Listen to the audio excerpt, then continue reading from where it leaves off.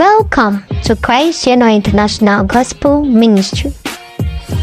Today's devotion by Reverend Winfred Lomotey Nartey-Graham, 4th June 2024. The consequence of disobedience and generational curses, part 11. Read Leviticus chapter 20, verse 6 to 27, and Ecclesiastes chapter 9, verse 4 to 8. When one dies, he or she no longer has any influence in this world over anything. He or she is lifeless. But whilst alive, he or she has all the hope that is presented by this world. The living enjoys the benefits of life, whereas the dead are cut off from what happens in life. They are no more needed because they cannot contribute to anything based on their lifelessness and insensitivity.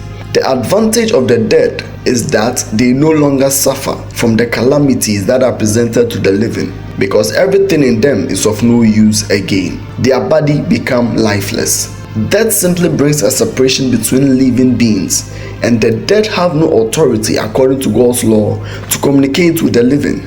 Anybody who claims can communicate with the dead means he or she is having extra powers to invoke evil familiar spirits into operation. Such family or families carry load of disaster.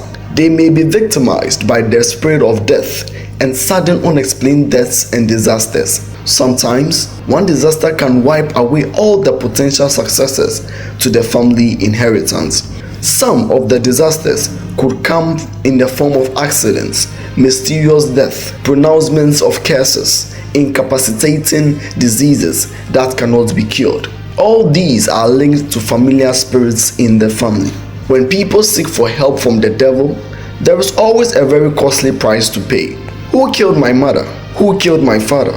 Who killed my wife, husband, child, and many more? These family killers, more often than not, demand the blood of their close relative, including their own blood children, and have them sacrificed in exchange for satanic powers, fame, or money rituals. Some are deceived into offering the names of their much-loved daughter or son as part of demonic covenant relationship, only to realize at a later and irreversible stage that they have literally signed the death warrants of their loved ones.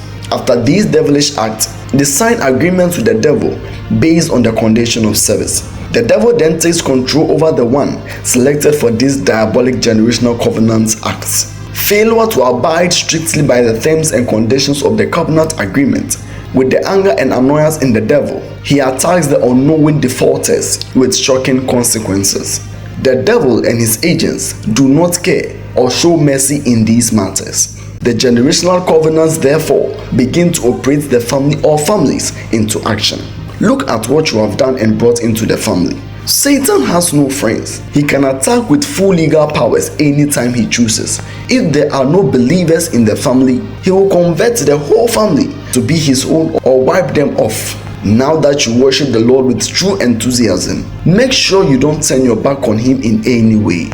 It is important to recognize the sin in your present or past, but it is even more important to look ahead to a positive future. And as the process continues, it is vital to remember that a new life is not built overnight. Amen. To be continued. Prayer points. Pray against any demonic covenant coming your way.